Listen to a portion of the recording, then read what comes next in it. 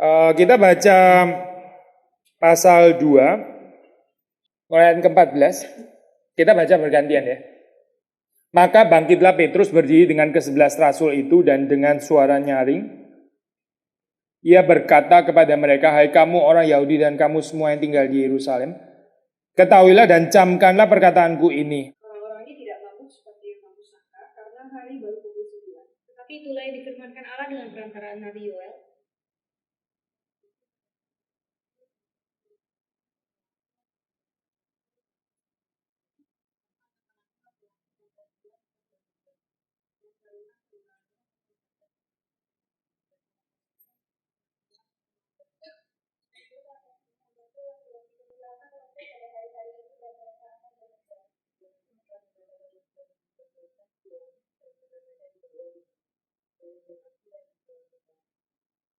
Hari akan berubah menjadi gelap gulita dan bulan menjadi darah sebelum datangnya hari Tuhan, hari yang besar dan mulia itu. Dan barang siapa berseru kepada nama Tuhan akan diselamatkan.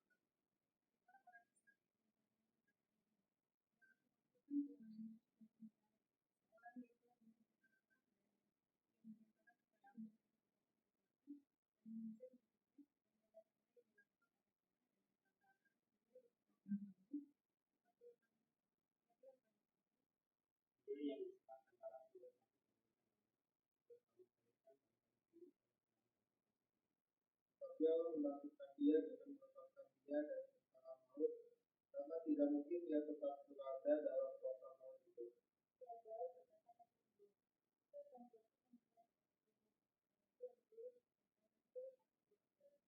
Sebab itu hatiku bersukacita dan jiwaku bersorak-sorak, bahkan tubuhku akan diam dengan tentram.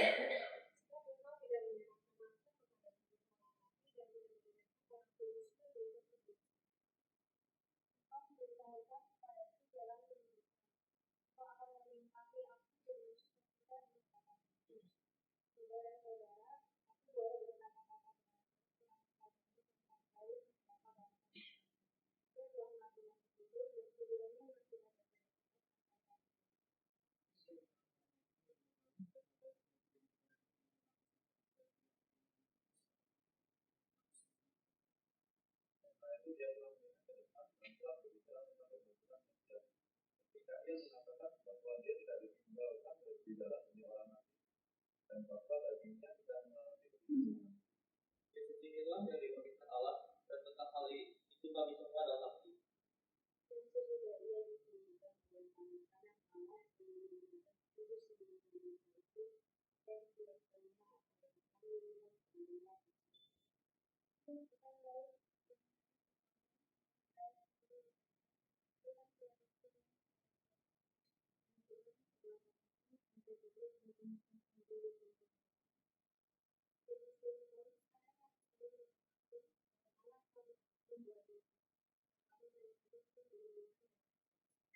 Ketika mereka mendengar hal itu, mereka sangat terkejut.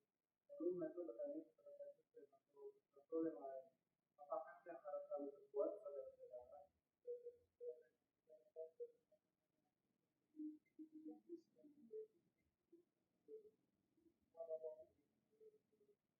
Bagi kamu janji itu dan bagi anak-anakmu dan bagi orang yang bersedia, yaitu sebanyak yang akan dipanggil oleh Tuhan Allah. Dan dengan banyak perkataan lain lagi, ia memberi suatu kesaksian yang sungguh-sungguh dan ia mengancam dan menasihati mereka, katanya, berilah dirimu diselamatkan dari angkatan yang besar.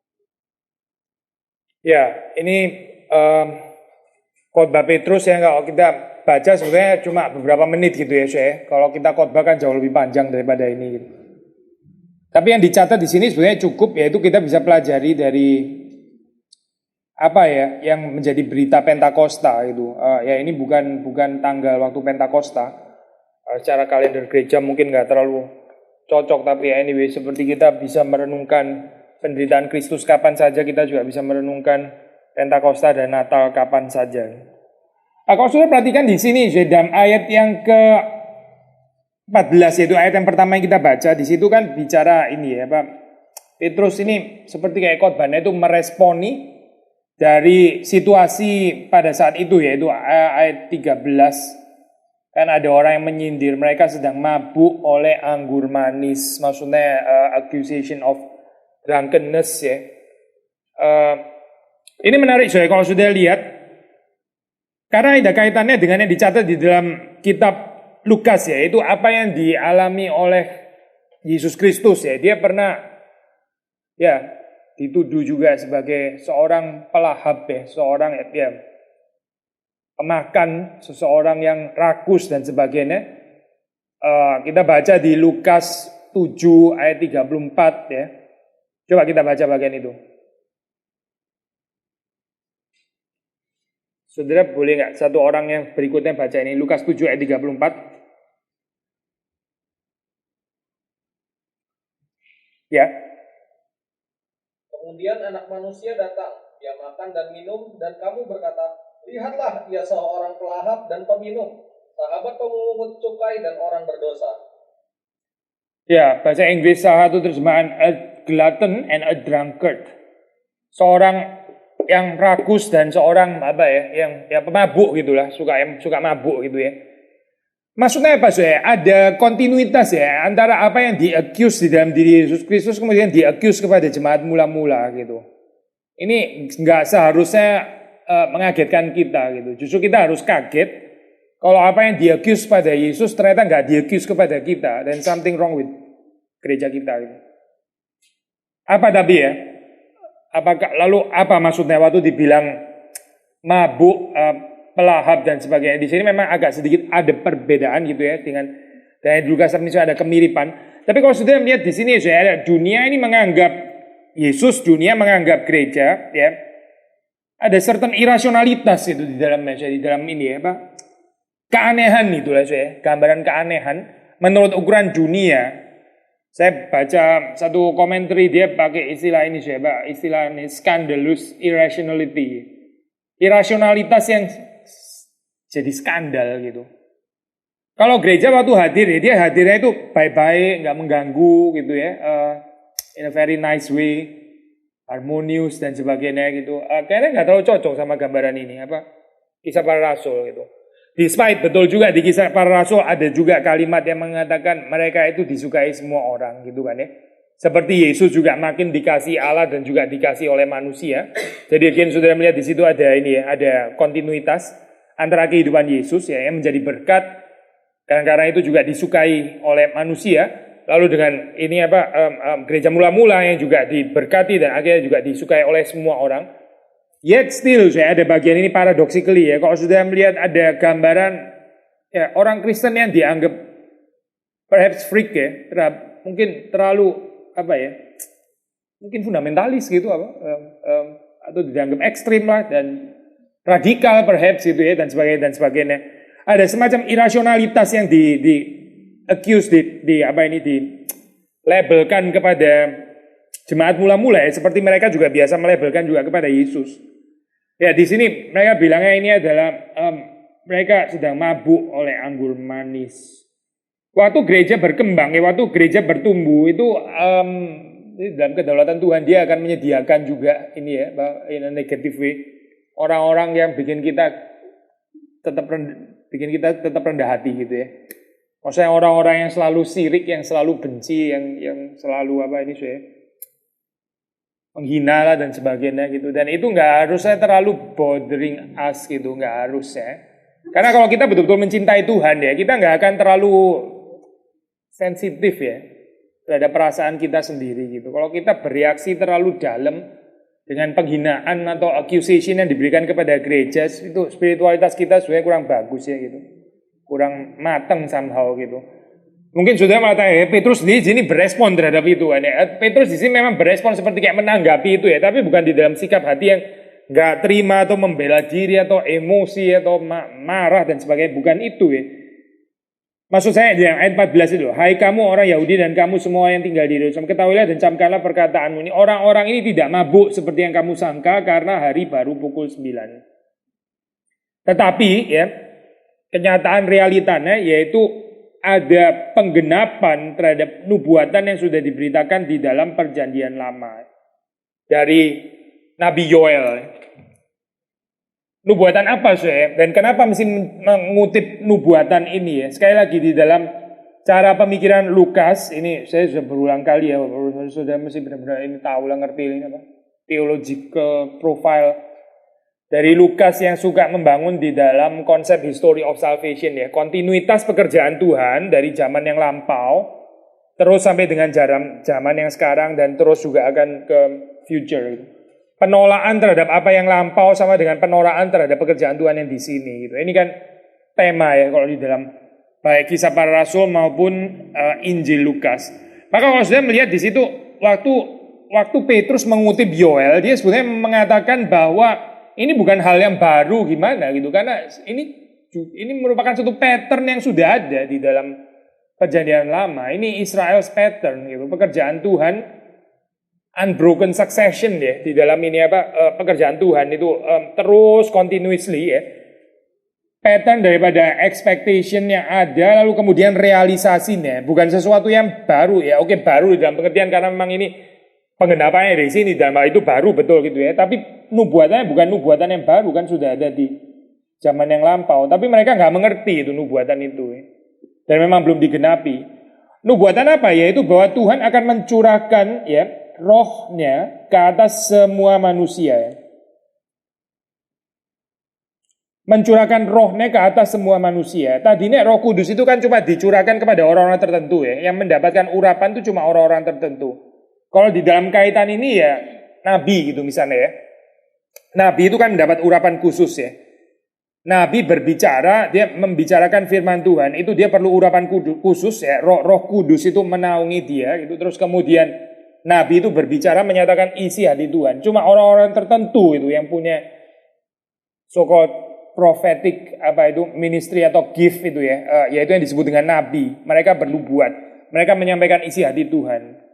Tapi sekarang di dalam peristiwa Pentakosta ya, Roh Kudus itu dicurahkan ke atas semua manusia. Waktu di sini dikatakan semua anakmu, laki-laki, perempuan, lalu teruna-teruna itu maksudnya orang-orang muda gitu ya, bukan cuma elders, bukan cuma penatua, tapi orang-orang muda juga. Mereka akan mendapat penglihatan, lalu orang-orang tua mendapat mimpi. Intinya semua orang, semua kelompok gitu ya. Saya nggak tahu waktu sudah baca kalimat ini ya, is it a good news untuk kita atau kita jadi cuma gitu toh gitu ya, terus memangnya kalau gini kenapa gitu kan. Dan kita berarti nggak mengerti saya ini kesegarannya daripada ayat ini ya. Sudah bayangkan ya, ini mengulangi tema reformasi ya sebetulnya. Tema reformasi kan ini yang dibahas banyak sekali tahun lalu gitu. Kalau saudara melihat ini di dalam yang nggak terlalu jauh lah ya, reformasi kan nggak terlalu jauh dibanding sampai PL zamannya nabi-nabi. Tapi kalau saudara baca di dalam cerita ini reformasi itu kan gambaran gap antara kaum klerus ya, itu orang-orang yang so-called hamba Tuhan itu ya, dengan orang awam kan besar sekali gitu ya. Imam itu yang disebut imam yang bisa di dalam kepercayaan Katolik ya, yang bisa mempersembahkan tubuh dan darah Kristus suatu Eucharis dipersembahkan kepada Bapa gitu ya. Itu kan cuma ya imam kan ya. Itu nggak bisa sembarangan orang awam bawa-bawa kayak gitu terus mempersembahkan kepada Bapa. Kan nggak boleh, itu tugasnya imam gitu. Jadi imam yang mempersembahkan, mewakili umat ya, mempersembahkan korban Kristus kepada Bapa di dalam kepercayaan ini ya. Roma Katolik di zaman ini sebelum Martin Luther gitu, di zaman medieval, dan juga di dalam zaman reformasi, dalam zamannya Luther. Tapi terus kemudian Luther ya, yang menumbuhkan kembali berita Alkitab, dia bilang ini bukan, sebetulnya semua orang Kristen itu imam gitu. Bukan cuma orang tertentu yang imam ya, tapi kita semua ini fungsi imam sudah dibuka untuk semua orang gitu. Saya nggak tahu tanggapan saudara apa gitu. Cilaka, sudah betul yang dulu, jadi kita nggak usah repot gitu ya. Sudah betul yang dulu, yang KKR regional itu pendeta saja, nggak usah kita gitu kan ya. Nggak usah dibuka kayak begitu. Justru kita jadi repot nanti gitu kan ya. Sudah betul itu konsentrasinya hamba Tuhan saya. Lagi pula dia sudah digaji kan untuk itu gitu. Lah kita kan volunteering di sini gitu. Ini bukan jadi good news tapi jadi semacam kecelakaan gitu untuk kita gitu. Maksudnya ini ya, resepsi yang totally salah gitu. Atau kita meresponinya seperti Luther meresponi gitu ya, itu dengan sukacita. Jadi apa yang tadinya di-share kepada sebagian orang, sekarang di-share kepada semua orang gitu ya. Semua orang, maksudnya semua orang percaya di dalam hal ini ya.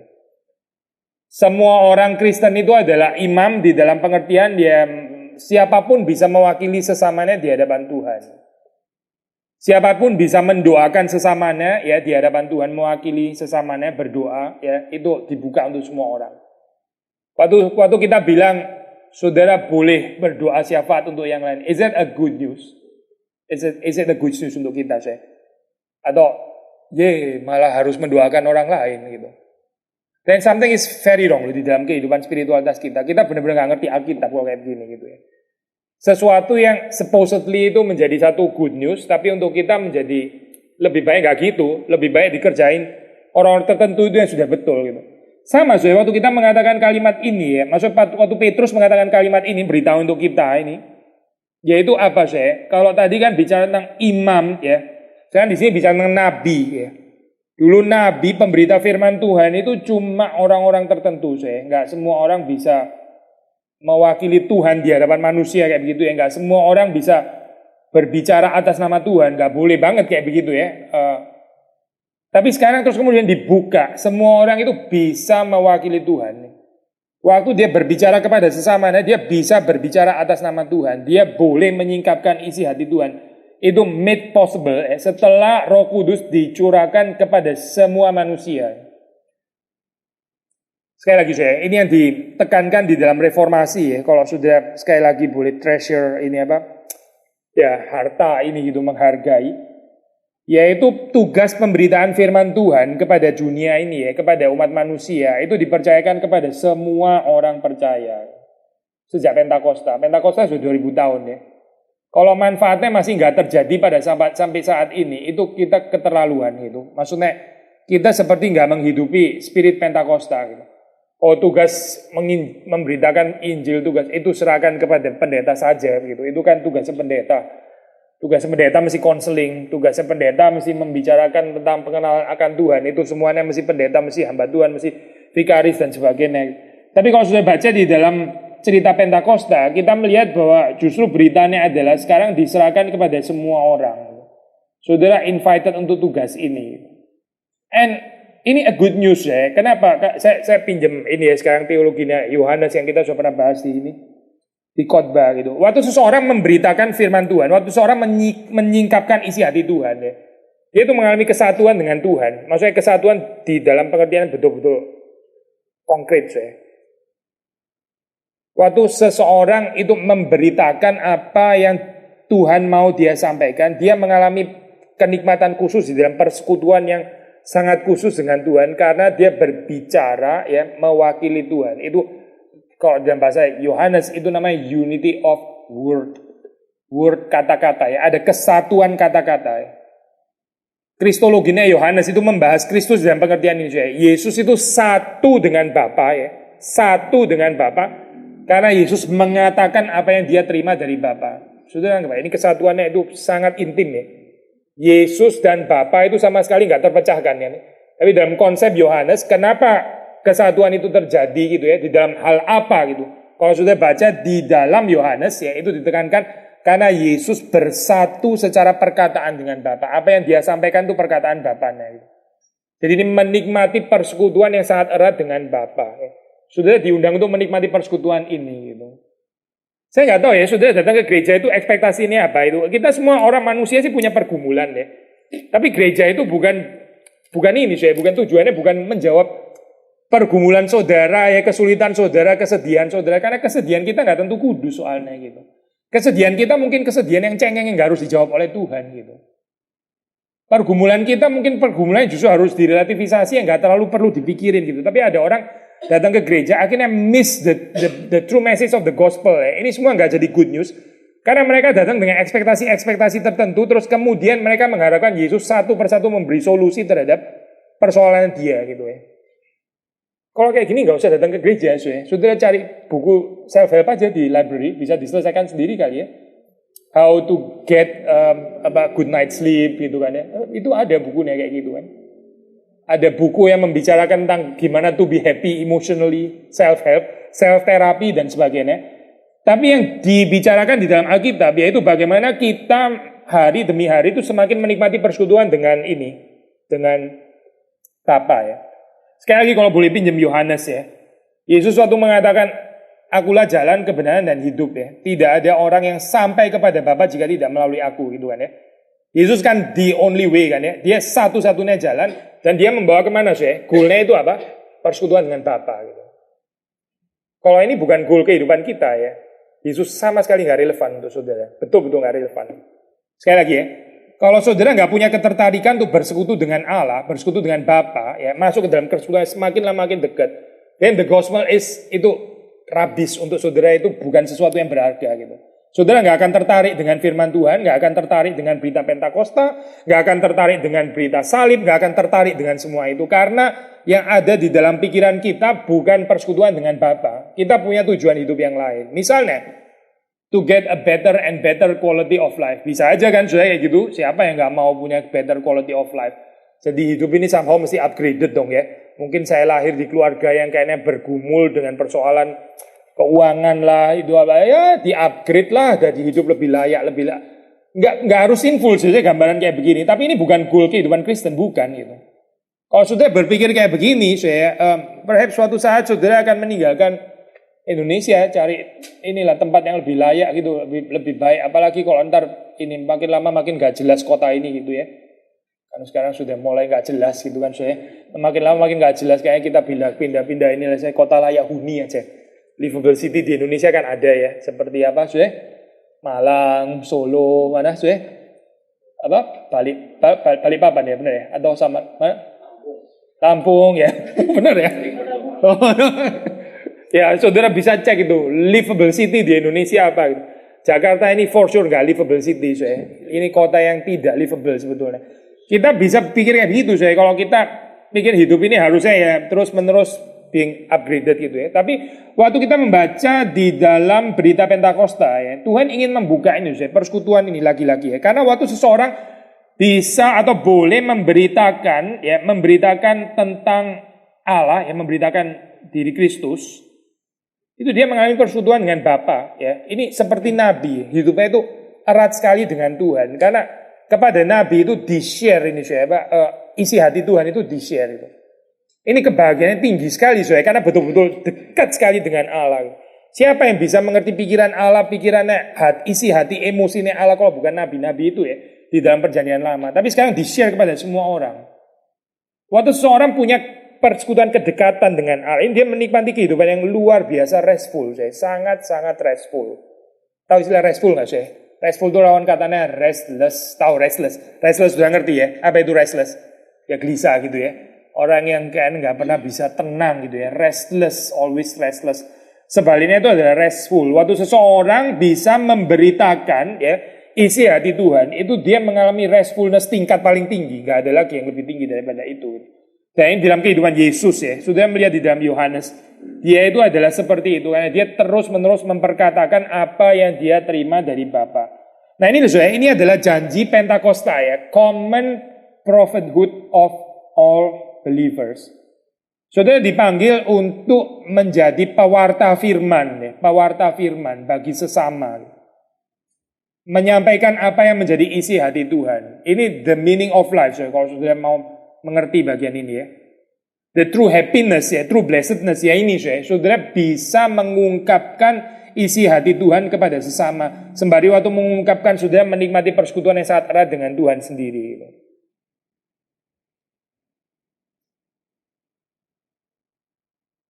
Lalu kalau sudah melihat di dalam ini ya, isi khotbah selain berita common prophethood of all believers, tadi sudah melihat tentang hari Tuhan ya, misalnya salah satu tema besar yang lain itu. Ini yang pertama tadi yang ini ya, tentang sampai ayat ke-18 ya kan ya, common prophethood of all believers. Mulai ayat 19. Kalau sudah melihat di situ ada tema baru yang diperkenalkan di sini, yaitu tentang apa? Tentang hari Tuhan ya. Yaitu 19, 20, 21 ya. 19, 20, 21. Gambaran tentang ini ya, Pak itu keberubahan di dalam kosmos ini ya. Matahari berubah menjadi gelap gulita, bulan menjadi darah ya.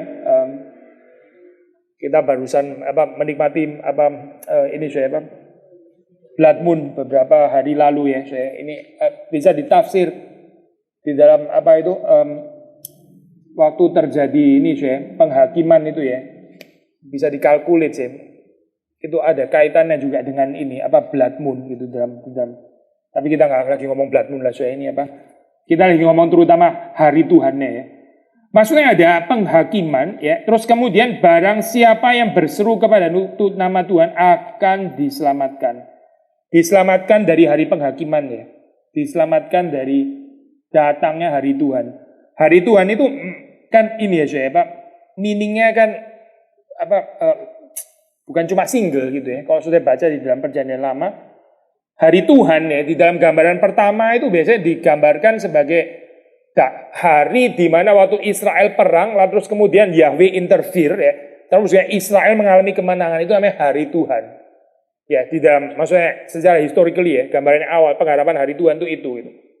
Tapi kemudian pelan-pelan bergeser motifnya hari Tuhan itu menjadi penghakiman gitu. Itu bukan menjadi hari kebahagiaan untuk Israel, tapi adalah hari penghakiman untuk Israel malah. Itu namanya hari Tuhan. Jadi kalau sudah lihat di dalam istilah hari Tuhan itu ada both ini ya, dimensi penyelamatan dan juga dimensi penghakiman, dua-duanya itu ada. Dan ayat 21 mengatakan barang siapa berseru kepada nama Tuhan, memanggil nama Tuhan, ya, dia diselamatkan. Berseru kepada nama Tuhan di sini saudara mesti mengerti dalam konteks Perjanjian Lama ya. Kalau sudah baca itu ayat-ayat Perjanjian Lama dan pada saat itu mereka mulai memanggil nama Tuhan, itu maksudnya apa sih? Pasti bukan cuma bilang Tuhan, Tuhan gitu kan ya. Itu kalau cuma kayak gitu ya itu Matius 7 itu ya. Bukan semua orang berseru Tuhan, Tuhan akan diselamatkan gitu kan ya. Maksudnya waktu mereka memanggil nama Tuhan itu mereka mendirikan mezbah, mempersembahkan korban dan sebagainya. Itu namanya memanggil nama Tuhan gitu ya. Ini sikap ibadah maksudnya. Barang siapa berseru kepada nama Tuhan, ia akan diselamatkan. Bukan cuma teriakan panggil gitu toh ya, bukan gitu. Tapi dengan sikap ibadah, sikap korban ya, sikap mempersembahkan yang terbaik kepada Tuhan, itu terkandung di dalam istilah berseru kepada nama Tuhan. Sudah dilihat di sini, berseru kepada nama Tuhan itu ada penyerahan diri yang total ya di dalamnya. Berseru kepada nama Tuhan, dia akan diselamatkan. Lalu terus kemudian mulai ayat ke-22 ya. Ini tadi jadi pertama bicara tentang common prophethood of ini ya, all believers. Terus kemudian bicara hari Tuhan ya, 19:20-21. Lalu terus kemudian saudara membaca di ayat ke-22. Ada tema apa lagi yang diperkenalkan di sini ayat 22, yaitu tema apa?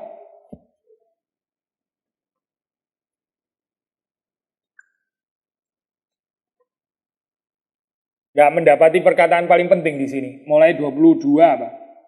Tinggal baca 22. Gini deh saya tanya, di dalam ayat ke-22 itu kata paling penting apa? Ya betul, apa? Ya betul, itu ya. Hai orang-orang Israel, dengarlah perkataan ini yang aku maksudkan ialah Yesus dari Nazaret. Ya itu intinya yang mau dibicarakan kan. Gak susah kan untuk kali ini kan? Atau? Oke, jadi yang paling penting di sini apa sekali lagi ya? Yesus dari Nazaret. Kalau saudara melihat bagian ini ya, ini khotbah yang berpusat kepada Kristus ya. So-called Christ-centered preaching itu maksudnya apa saya? Berarti waktu saudara membahas, menceritakan itu tadi kita bicara tentang common prophethood kan ya. Saudara menjadi nabi untuk sesama saudara, saudara mewakili Allah, saudara membicarakan isi hati Allah. Yang saudara katakan itu relate dengan pribadi Kristus. Kalau kita baca di dalam Pentakosta ya. Yohanes, sekali lagi pinjam Yohanes mengatakan roh itu ya akan mempermuliakan Kristus gitu kan ya. Maka di sini Petrus yang dipenuhi oleh Roh Kudus dia mempermuliakan Kristus. Ini khotbah yang Christ-centered. Waktu kekristenan ya nggak lagi Christ-centered, kehilangan Christ-centeredness, kita akan menjadi ya pengajar-pengajar yang mungkin cuma inspiring orang untuk inspiring orang untuk ya hidup lebih berjuang lah, hidup lebih nggak males-malesan gitu ya, terus menjadi moral lebih baik lah atau apalagi saya. Ya motivasi, exactly, thank you, motivasi gitu kan ya. Akhirnya sudah dapat khotbah-khotbah motivasional gitu ya, sudah nggak cuma dengar motivator sedang berbicara. Saya nggak mengatakan motivator ada tempatnya. Saya kadang-kadang orang itu terlalu discourage masih ada motivator gitu ya. Tapi yang saya mau bilang adalah kekristenan itu lebih daripada sekedar motivational message, lebih daripada itu gitu.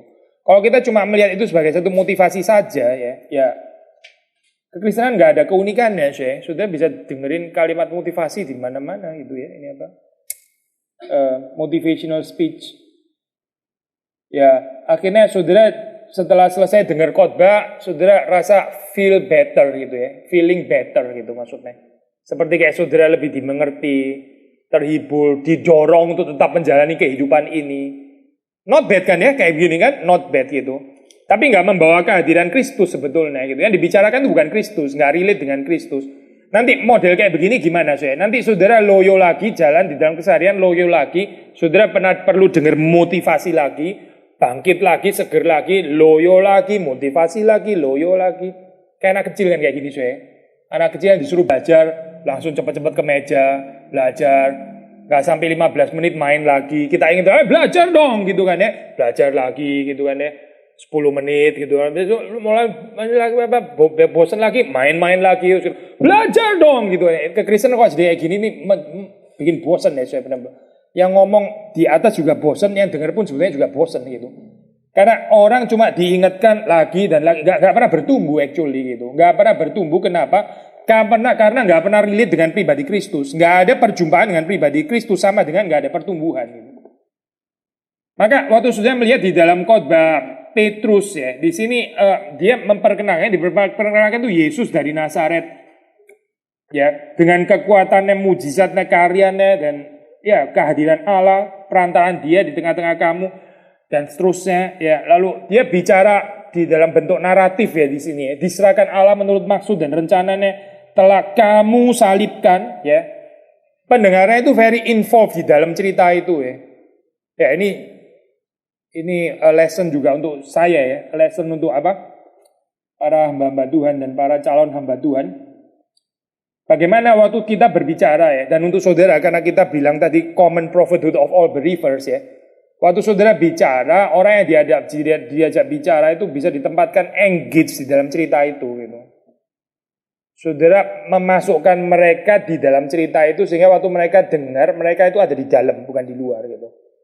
Ini bukan satu cerita-cerita, saudara cerita sesuatu hal terus orang nggak bisa relate sama cerita ini ya. Itu bukan a good preaching, bukan a good speech ya. Kalau di sini sudah melihat, kalau kita belajar pattern ini ya, khotbah Pentakosta yang Petrus, kamu salibkan dan kamu bunuh oleh tangan bangsa-bangsa durhaka. Mereka ada di dalam cerita ini ya. Cerita Kristus itu bukan satu cerita remote yang nggak ada kaitannya dengan manusia, tapi audiensnya sendiri ada di dalam gitu. Bahkan sangat terlibat ya, dan terlibat negatively malah. Meaning Petrus punya keberanian untuk menegur saya. Sekali lagi ini bukan poin yang baru seperti kita sudah pernah ngomong ya. Kalau sudah baca khotbah Nabi dalam Perjanjian Lama, itu mereka berani menegur ya, membedakan mereka dengan nabi palsu itu. Mereka berani menegur. Gini kita di Reform Circle, saya ngomong kalimat ini juga mesti hati-hati ya. Berani menegur, ntar mungkin justru saudara terlalu banyak menegur di dalam kedagingan, lebih menegur lagi. Celaka dapat encouragement kayak begini gitu. Gini kadang-kadang ada saatnya di mana kita itu secara nggak sabar kepingin menegur orang lain ya. Maksudnya bibit fundamentalisme gitu ya. Marah-marah sama orang lain. Mungkin saat itu sebetulnya kita perlu diam gitu. Perlu menahan diri, perlu sabar. Perlu lebih banyak mendoakan. On the other hand ya, waktu kita dikuasai oleh kesungkanan ya. Perasaan nggak enak mau negur orang gitu ya. Kita rasa menyakiti perasaannya gimana. Justru mungkin saat itu perlu negur gitu. Di situ kita jadi orang-orang yang kurang berani ya untuk memberikan teguran gitu. Waktu seorang menegur ini ya ada resiko gitu pasti. Resiko dibenci, resiko dijauhi, ya. Resiko itu gak punya teman dan sebagainya. kita tahu di dalam kehidupan ini ada orang-orang yang nggak bisa terima kritik kan, betul kan saya? Kadang-kadang, ini juga apply to myself ya. Kadang-kadang negur itu benar-benar nggak ada untungnya, betul saya. Negur orang, apalagi orang yang super sensitif ya. Akhirnya dia balik ngamuk sama kita. Padahal waktu kita negur benar-benar untuk dia, bukan karena saya untung apa, nggak ada untungnya apa-apa saya. Kita negur orang itu betul-betul nggak ada keuntungannya kita gitu. Itu betul-betul demi dia. Tapi kalau kita mau hidup baik-baik, sudah nggak usah tegur lah ya. Teman sudah sedikit, tegur-teguran lagi, lebih sedikit lagi. Jadi lebih baik diem lah. Orang lain aja yang negur gitu kan ya. Yang mungkin dikagumi banyak orang, dia aja yang negur lah gitu kan. Tapi kita mau negur, ada resiko orang itu terus kemudian jadi balas marah kepada kita ya. Kita jadi apa sih? Orang Jawa biasanya disiwak. Sudah tahu nggak istilah ini ya? Ya, dia nggak mau berteman lagi sama kita gitu. Sudahlah, kita nggak mau lagi, nggak mau ngomong lagi gitu. Itu disiwak namanya saya. Ya anak kecil lah gitu, anak kecil. Dia nggak bisa terima kritikan, nggak bisa terima teguran. Akhirnya terus kita kehilangan ini saya, kehilangan sahabat ya. Bahkan Aristotle pun pernah bilang kalimat yang terkenal itu, dia bilang kalau ada dua orang yang tidak kamu kenal, dia minta waktu mereka berselisih, dia minta engkau menjadi hakimnya. Terimalah, dua orang yang kamu nggak kenal ya, terimalah. Karena salah satu pasti akan jadi temanmu. Sudah nangkep nggak logika ya? Kalau ada dua orang nggak kamu kenal berselisih, minta kamu jadi hakimnya, terima. Soalnya salah satu pasti akan langsung jadi temanmu. Soalnya waktu kita menghakimi kan pasti akan membenarkan yang ini, menyalahkan yang itu gitu kan ya. Nah yang saudara benarkan itu akan langsung jadi temanmu. Tapi terus kemudian dia bilang, tapi kalau ada dua orang yang kamu kenal, minta sedang berselisih, minta kamu menjadi hakimnya, tolaklah. Salah satu pasti akan menjadi musuhmu. Even Aristotle yang tulis tentang four cardinal virtues ya, ini saya kebajikan kardinal ya, salah satunya adalah courage. Ternyata dia sendiri pengecut gitu. Si Aristotle yang tulis tentang courage, dia sendiri cowards. Ngajarin kayak begini nih berarti cowards kan saya. Jadi dia bukan hidup untuk kebenaran, dari hidup untuk relasi kayak begini. Aristotle ini Yunani saya. Kita culture timur ini sangat mementingkan relasi jauh lebih daripada culture barat saya. Culture barat itu individualis oke. Kita individualis itu langsung neraka ya kalau orang timur itu. Jadi culture timur saya, kalau kita nggak hati-hati ya, itu sangat menjaga relasi demikian rupa. Jaga sampai akhirnya mengorbankan ini ya Pak, teguran, kebenaran dan sebagainya. Kita nggak berani bicara kebenaran karena kita takut ntar relasi jadi rusak gitu. Ya, kita hidup di dalam sungkanisme, di dalam satu keadaan yang saling menjaga perasaan satu dengan lain. Memang harmonis ya, tapi itu damai yang palsu. Kalau kita melihat di sini balik lagi saya di dalam ini ya, Petrus menegur mereka ya, kamu yang menyalibkan dan seterusnya. Tetapi Allah membangkitkan dia dengan melepaskan dia dari sengsara maut, karena tidak mungkin ia tetap berada dalam kuasa maut. Bicara tentang kebangkitan, bicara tentang sumber hidup dan sebagainya ya. Lalu ada bicara tentang Daud di situ mengatakan bahwa ini sekali lagi sudah dinubuatkan di dalam perjanjian lama ya melalui Daud dan sebagainya. Tapi sebetulnya bukan Daud yang dimaksudkan karena Daud itu tetap mati dan kuburannya masih ada. Daud sebetulnya berbicara tentang orang yang lain di situ ya, tentang Kristus yang diurapi. Itu panjang sekali, tapi sekali lagi menyatakan keterikatan ini ya, khotbah Petrus dengan perjanjian lama kalau sudah melihat. Dan pada akhirnya saya kalau sudah melihat setelah bicara ini ya Pak, Christ as the center ya, cerita kehidupan Kristus sampai kenaikannya dan sebagainya sesudah itu ditinggikan oleh tangan kanan Allah ayat ke-33 itu ya, menerima Roh Kudus yang dijanjikan. Lalu terus kemudian ini berita Pentakosta gitu. Jadi ini Kristus ya, dari kelahiran sampai kehidupannya, kematiannya, kebangkitannya, kenaikannya, terus nyambung kepada ini siapa? Pencurahan Roh Kudus ya di dalam ayat yang ke-33. Maka dicurahkannya apa yang kamu lihat dan dengar di sini. Kita nggak bisa membicarakan Roh Kudus tanpa Kristus ya kalau di sini gitu. Maksudnya introduksinya Petrus ini pakai ini ya Pak, penjelasan dalam bentuk naratif ini memperkenalkan kehidupan Kristus sehingga waktu dia membicarakan Pentakosta ya, maksudnya peristiwa pada saat itu, dia mendasarkannya secara kristologis kalau sudah melihat di dalam ayat yang ke-33 ya. Ayat 34, ayat 35, ayat 36 ya. 36 saya baca ya. Jadi seluruh kaum Israel harus tahu dengan pasti bahwa Allah telah membuat Yesus yang kamu salibkan itu menjadi Tuhan dan Kristus. Ini lihat dari pandangan dari bawah maksudnya saya. Bukan berarti Kristus tadinya bukan Tuhan terus dibikin jadi Tuhan, bukan itu maksudnya. Tapi bahwa orang-orang yang tadinya tidak mengenal Kristus sebagai Tuhan, Kristus itu Tuhan dari kapan-kapan gitu ya, dia itu divine. Tapi waktu di sini pakai istilah menjadi Tuhan, menjadi Kristus ya. Dari pandangan orang-orang yang nggak mengenal, pandangan orang yang tadinya nggak mengenal bahwa Yesus itu adalah Kristus. Sekarang mereka tahu bahwa Yesus itulah Kristus ya. Dibuat menjadi Tuhan di dalam pengertian, di dalam pandangan mata mereka maksudnya. Tadinya kan Yesus dianggap sebagai penyesat kan saya. Di dalam mata mereka ini Yesus kan penyesat. Orang yang bikin kekacauan di dalam Israel. Tapi terus kemudian dikatakan ternyata dia adalah Tuhan, ternyata dia adalah Kristus, yaitu yang diurapi itu. Lalu kemudian sudah melihat di dalam ayat ke-37 respons ya, hati mereka itu terharu. Lalu kalimat ini saya, apakah yang harus kami perbuat saudara-saudara? Ya, ada respons yang menggerakkan mereka untuk melakukan sesuatu ya. Kita mesti minta pertolongan Tuhan supaya waktu kita ini ya saya berkata-kata kepada sesama kita itu bisa punya kuasa yang dari Tuhan untuk ya mereka punya keinginan untuk melakukan sesuatu gitu saya. Ada sesuatu yang harus diperbuat setelah mendengar. Jadi bukan cuma mendengar terus habis itu simpan terus menjadi satu kenangan, tapi menggerakkan orang untuk berbuat sesuatu ya. Karena firman menjadi daging ya. Ini tindakan inkarnasi itu satu kegiatan yang dinamis ya. Dynamic action gitu, bukan cuma firman di dalam dunia ide, bukan, tapi firmannya menjadi daging ya. Berarti ada movement di situ dan termasuk juga moving, menggerakkan orang untuk melakukan sesuatu. Apakah yang harus kami perbuat, saudara-saudara?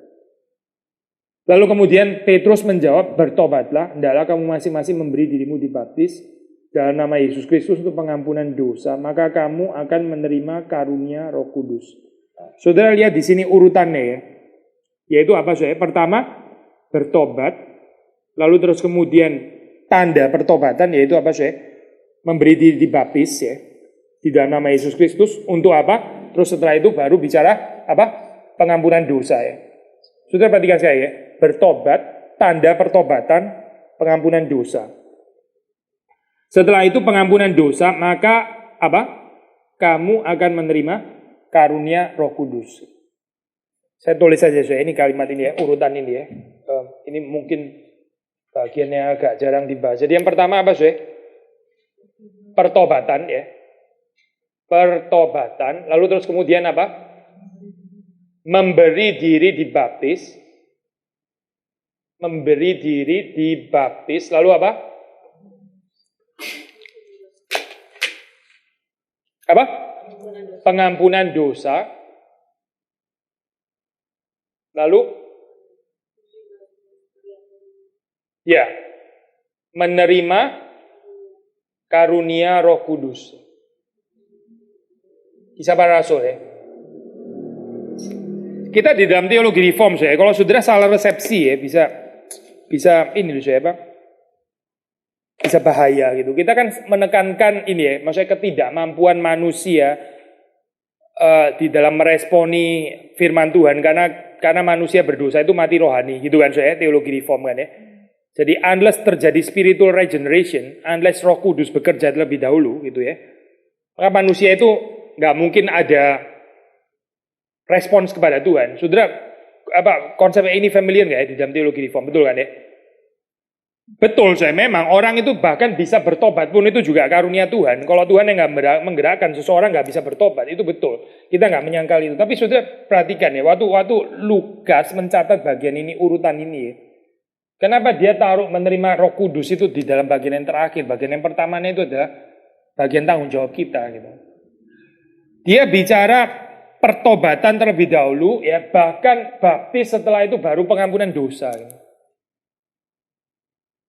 Tapi kita seringkali balik ya dosamu diampuni, terus dengan naif kita berharap orang itu hidupnya setelah itu bertobat. Ternyata mereka nggak bertobat ya, mereka anggap murah anugerah Tuhan gitu. Ini problem besar saya di dalam kekristenan. mungkin yang paling problematis di dalam semua kekristenan yaitu Protestantisme. Dan di dalam Protestantisme yang paling bermasalah mungkin adalah Reform Circle. Sekali lagi ya, yang paling bermasalah mengerti anugerah mungkin adalah orang-orang Reform. Yaitu orang-orang yang sangat menjunjung tinggi anugerah. Yang paling bermasalah mengerti anugerah Tuhan. Kenapa saya? Karena nggak pernah ada cerita pertobatan yang sejati ya. Ada langsung pembicaraan pengampunan dosa ya, Roh Kudus yang melahirbarukan dan sebagainya. Mistakenly saya itu saya baca ini bukunya Lloyd Jones ya. Saya lupa bahasa Inggrisnya apa ya. Tapi dia membedakan pertobatan yang sejati ya dengan semacam konsep remorse ya kalau nggak salah ya. Apa itu? Penyesalan ya. Yang nggak tentu berarti pertobatan sejati. Kalau sudah baca dalam Alkitab, Yudas itu menyesal nggak sih setelah dia mengkhianati Yesus? Menyesal kan ya? Menyesal tapi nggak ada pertobatan kan? Alkitab nggak pernah bicara pertobatannya Yudas, nggak pernah. Tapi dia menyesal. Alkitab bilang dia menyesal. Dia saking menyesalnya sampai dia gantung diri. Ya, jadi ada semacam remorse ya, atau istilah remorse ya, penyesalan. Tapi yang nggak membawa kepada pertobatan, nyesel gitu ya. Misalnya orang ngebut terus habis itu kecelakaan tangannya putus ya. Siapa yang nggak nyesel saya? Siapa yang bersyukur loh? Apa ternyata bisa putus ya tangan gitu ya? Ya orang gila kan saya. Pasti semuanya nyesel gitu ya.